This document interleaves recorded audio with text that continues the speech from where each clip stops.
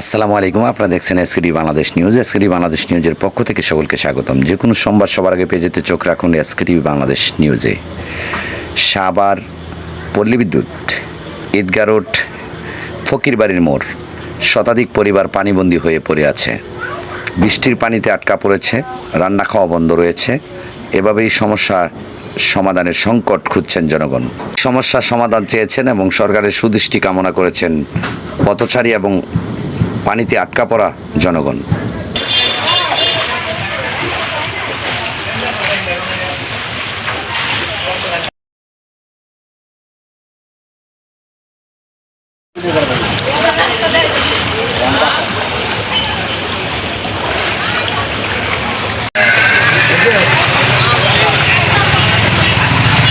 আগে ঠেকছে যাই ওনারা দৌড়া লই।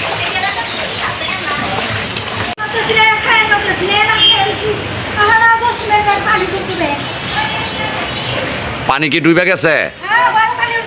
আপনার বাসায় পানি? পাকশাক করছেন না? ভাড়া থাকেন এখানে? এই পানির অবস্থা কতদিন ধরে এখানে? 12 বছর ধরে এখানে একই অবস্থা না? সাগরের মাঝে বসবাস। আমরা শুনেছিলাম উন্নয়নের জোয়ারে বাড়ছে বাংলাদেশ। সেই উন্নয়নের জোয়ার কিন্তু আজকে সচক্ষে আপনাদেরকে দেখানোর জন্য চেষ্টা করছি এবং দেখবেন এই মতন বৃষ্টি হয়, বৃষ্টি যখনই হয় তখনই পানি এখানে।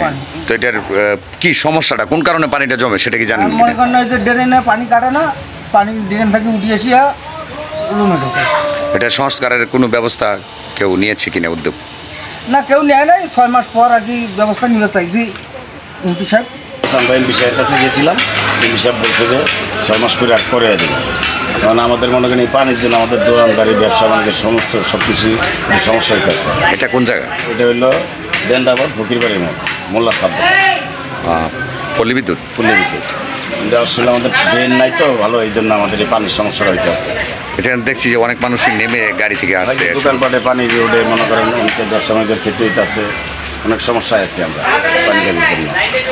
তো আমাদের এমপি সাহেব আশা দিয়েছে যে করে দেবে এটা। এমপি সাহেবের নাম কি? সাইফুল ইসলাম সাহেব। সাইফুল।